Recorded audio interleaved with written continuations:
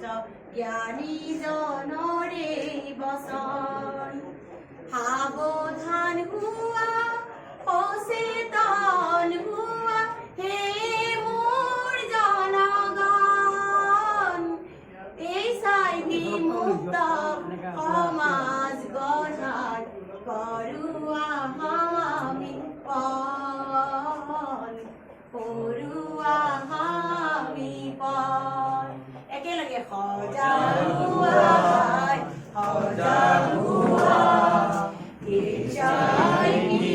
কথা জানি লোৱা নাই যে কাৰণ এতিয়া ভয়ত উপায় আছে প্ৰতিকাৰৰ উপায় আছে প্ৰতিকাৰৰ ধন্যবাদ ইমান বেয়া হ'ব